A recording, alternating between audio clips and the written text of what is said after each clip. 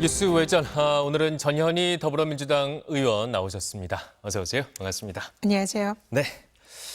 오늘은 검찰개혁 비롯해서 법사위 현안에 대해서 좀 자세히 분석하는 시간을 갖도록 하겠습니다. 정부 조직 개편안이 확정이 됐습니다. 1949년에 출범된 검찰청이 78년 만이죠. 내년 9월에 이제 폐지가 되고 중대범죄수사청과 공소청이 신설이 되면서 수사와 기소가 분리가 됩니다. 그동안 검찰개혁을 위해서 많은 일을 해오셨는데 이번 안에 대해서 어떻게 평가를 하는지 먼저 궁금합니다.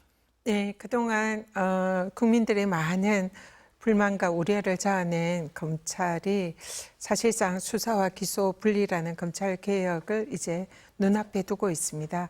그동안 검찰이 권력의 사실상 시녀인 양 정권을 감싸고 그리고 정적을 제거하는 데에 정치 공작도 서슴지 않았던 그런 검찰이 자초한 개혁이다 이렇게 생각을 하고요. 그렇지만 이런 현재 그 검찰이 자초한 개혁이긴 하지만 이런 이제 검찰의 오늘날의 모습에 대해서는 매우 참담한 마음이 듭니다. 그래서 국회에서는 국민들을 가장 우선으로 하고 국민들의 인권을 보장하고 보호할 수 있는 이런 검찰 개혁을 마무리해야 된다 이렇게 생각하고요. 오늘 이제 그 출발점이다 이렇게 생각합니다. 이제 출발점이다 이런 말씀을 주셨고 이제 중수청이 행안부에 설치가 되게 결정이 되었죠. 그러면서 경찰청과 국가수사본부, 중수청 이제 3대 수사기관 거느린 거대 행안부다 이런 우려의 목소리 나오고 있는데 이 문제는 어떻게 해결할 수 있을 거라고 생각을 하십니까? 이번 검찰개혁의 가장 중요한 것은 네. 검찰의 그동안 수사권과 기소권을 독점적으로 행사한 그런 권력의 집중을 수사와 기소라는 그렇죠. 이런 분리를 이제 법률로 해낸다. 이것이 가장 중요한 과제였습니다. 네. 그런데 이제 그런 분리된 수사를 하는 기관을 어디로 보낼 것인가 이 부분을 기존의 법무부로 그대로 둘 것인가, 행안부로 보낼 것인가, 아니면 독립된 기관으로 할 것인가 이 부분에 대해서 이제 많은 논의가 있었는데요. 네. 일단은 행안부로 가는 것을 이제 지금 가닥을 안으로 잡은 잡았죠. 상태고요. 네. 근데 그렇다면 행안부로 이렇게 여러 수사기관이 집중이 돼서 여기에 과도한 권력 집중이 생기는 것은 또 어떻게 할 것인가 네네. 이 부분이 저희들도 지금 현재 가장 고려를 하고 고민을 하는 지점이기도 합니다. 근데 일단은 이번 달 내에 추석 전에 수사와 기소 분리라는 이런 정부조직법 개편을 마무리를 짓고 큰 틀을 그리고, 마무리한 것이죠. 네, 지금은. 그리고는 추후에 지금 이제 제기되는 이런 수사 권력의 행안부의 집중이라든지 또 기타 여러 가지 이후에 뒤따라야 되는 추후 보완 과제는 충분히 국민들과 공론화 과정을 거쳐서 국민들께서 우려하지 않을 그런 권력의 집중을 막을 수 있는 방안을 저희들이 마련을 하겠다 이렇게 말씀드립니다. 네, 사실 뭐 검찰의 가장 큰 문제라고 하면 권력의 눈치를 너무나 많이 봤다 이런 얘기를 할 수 있을 것이고 근데 경찰이라고 해서 권력의 눈치를 보지 말라는 법은 없고 또 만약 시간이 지나서 여야가 바뀌었을 때 지금 경찰이 너무나 권력의 눈치를 보면서 편향된 수사를 하고 있다. 견제가 안 되고 있다. 이런 얘기는 충분히 가능하지 않을까 이런 우려들이 나오는 것이거든요. 네, 맞습니다. 그런 우려에 대해서 저희들도 잘 알고 있고요. 그리고 검찰의 경우에는 권력의 눈치를 본다기보다 네. 권력과 사실상 담합해서 실제적으로 권력을 행사한 기관이 검찰이 아닌가. 그래서 그동안 검찰의 여러 폐해 또 정적 제거에 앞장선 것, 권력과 결탁해서 사실상 우리 대한민국의 실질적인 권력을 행사한 것이 검찰이 아닌가. 그래서 그에 대한 반성으로 검찰의 권력을 지금 해체하는 검찰개혁 방안이 나오고 있다 생각하고요. 네. 경찰에서도 그런 현상은 일어나서는 안 된다 생각합니다. 그렇죠. 네. 그래서 경찰은 지금은 권력의 눈치를 본다 뭐 이런 용어를 쓰지만 만약에 경찰도 똑같이 권력화되어서 국민들의 이런 여러 가지 우려를 사실상 현실화할 수 있는 가능성이 있기 때문에 이 부분에 대해서 민주적인 통제 절차 그리고 또 경찰의 수사권을 통제하는 데에 여러 가지 국민들이 직접 참여하는 방안이라든지 또 공소청이 경찰의 이런 수사 권력에 대해서 합리적으로 또 효과적으로 견제할 수 있는 방안이라든지 이런 부분에 대한 많은 고민을 하고 있고 그 보완 과제는 국민들과 함께 공론화 과정을 거쳐서 결정을 하게 될 것입니다. 알겠습니다. 검찰은 이제 권력의 눈치 정도가 아니라 아예 그냥 권력을 행사했다. 그리고 이제 권력의 눈치를 보는 부분을 어떻게 조율할지를 남은 1년 동안 좀 고민하시겠다 이렇게 들립니다. 또 앞으로 고민해야 될 것 중 하나가 보안 수사권 문제일 텐데 그래도 좀 남겨둬야지만 보안 수사권 혹은 보안 수사 요구권 정도는 남겨둬야지만 어떤 경찰의 수사에 대해서 견제할 수 있는 게 아니냐 이런 목소리 역시 나오고 있습니다. 이 문제는 어떤 묘안이 있을까요? 어떤 방법으로 해결을 해야지만 가장 좀 균형 잡힌 수사기관의 모습이 나올 수가 있을까요? 지금 이제 경찰이 지나치게 권력이 집중되는 거 아니냐 여기에 대한 반성 또 우려를 해소하는 수단으로 검찰 그러니까 공소청이 되겠죠. 공소청에서 경찰에 대해서 중수청에 대해서 보안 수사를 행사를 하거나 아니면 수사를 요구할 수 있는 그렇죠. 권한을 둬야 된다 이런 이제 주장이 일각에서 나오고 있습니다. 맞습니다. 그리고 또 경찰이 사실상 자의적으로 수사를 종결할 수 있게 할 것이냐 이런 부분에 대해서도 이제 많은 이견들이 나오고 있는 상황이고요. 근데 이 사안도 아직은 결론은 없습니다. 그렇지만은 경찰에 집중된 이 수사 권력을 또 제한하고 견제할 필요성에 대해서는 모두가 공감을 하고 있고요. 그래서 그것이 보안 수사권이 될지 수사 요구권이 될지 아니면 또 다른 형태의 국민들에 의한 견제가 될지 이것은 아직은 정해진 것이 없다. 지금 논의가 시작되고 있는 시점이다. 이렇게 생각이 들고요.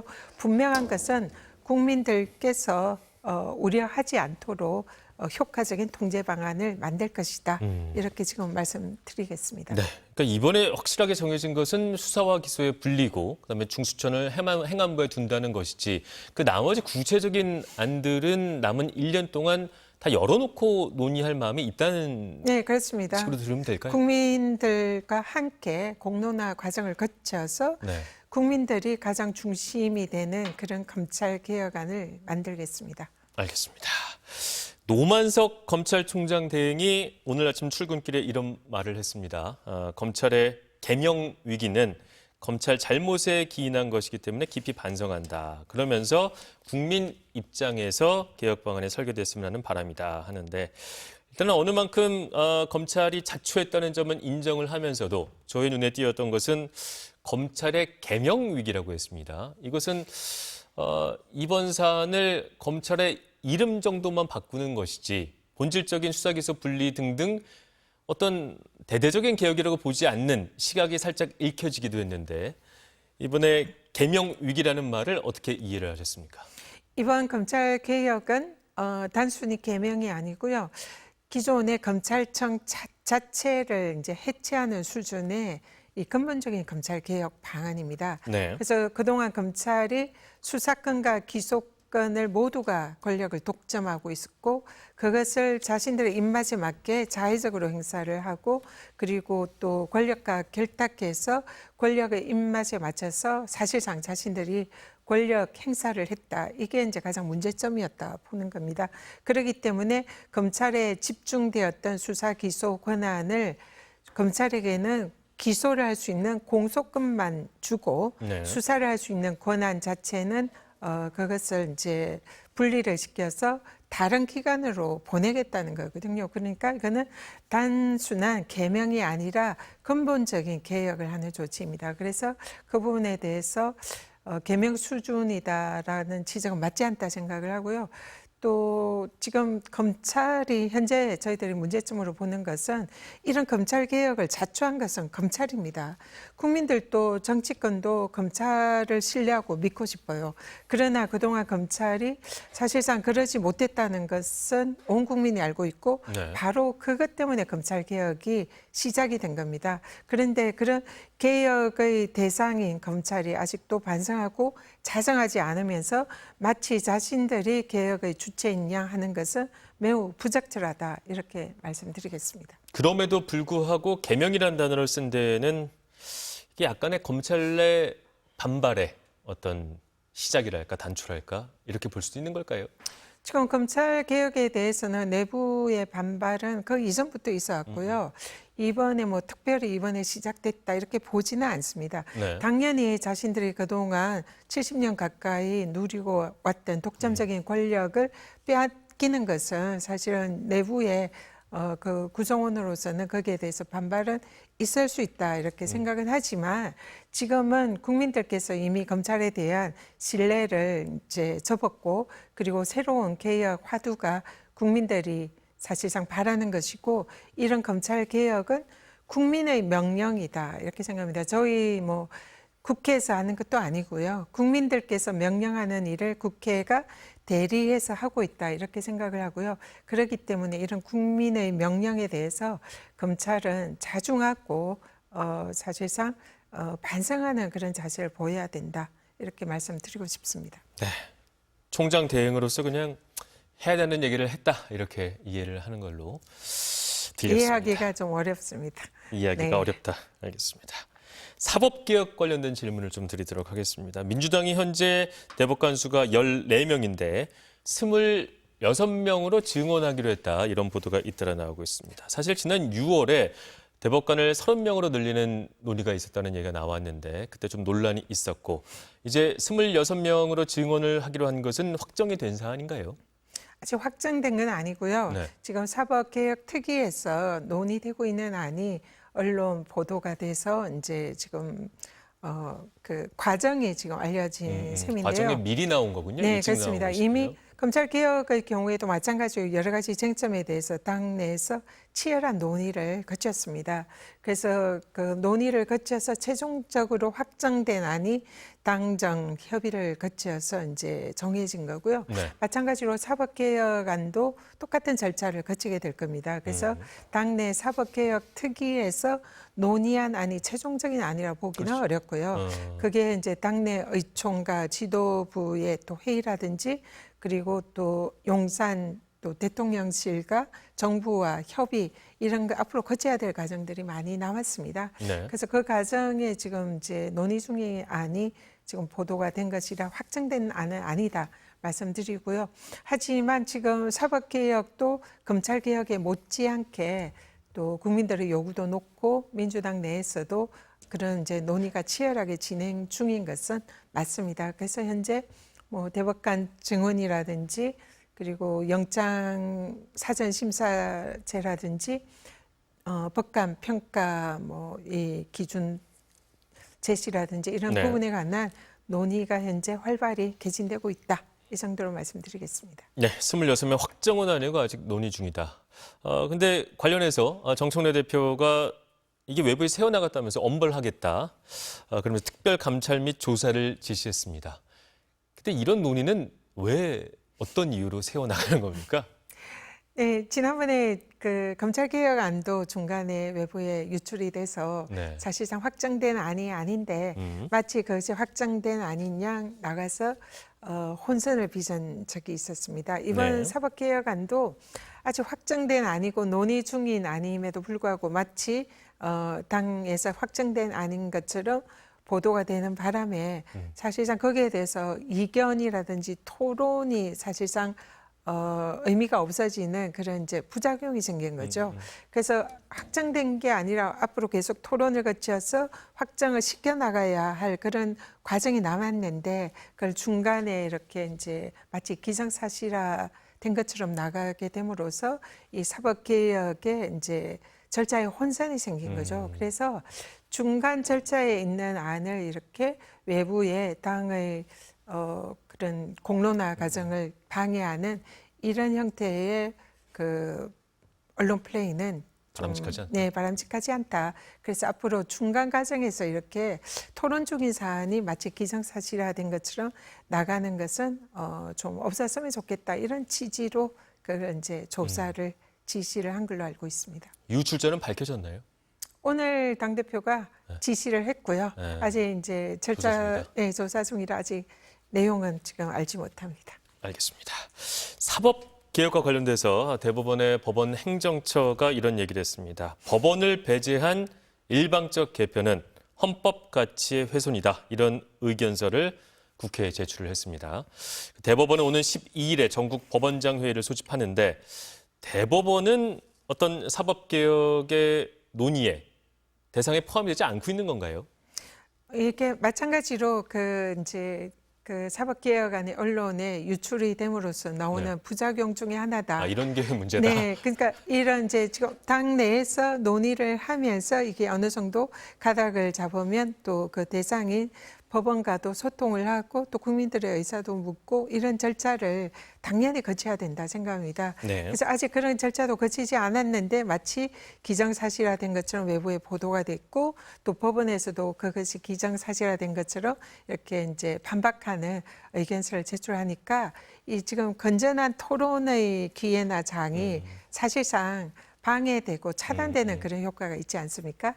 그래서 지금 법원 개혁과 관련해서는 앞으로 여러 가지 절차를 통해서 법원과 소통하고 국민들의 또 의견을 구하는 이런 절차를 얼마든지 진행을 할 것이다. 이렇게 말씀드리겠습니다. 알겠습니다. 의원님의 경우에는 내란 특별재판부 설치도 적극적으로 찬성을 하는 것으로 알고 있습니다.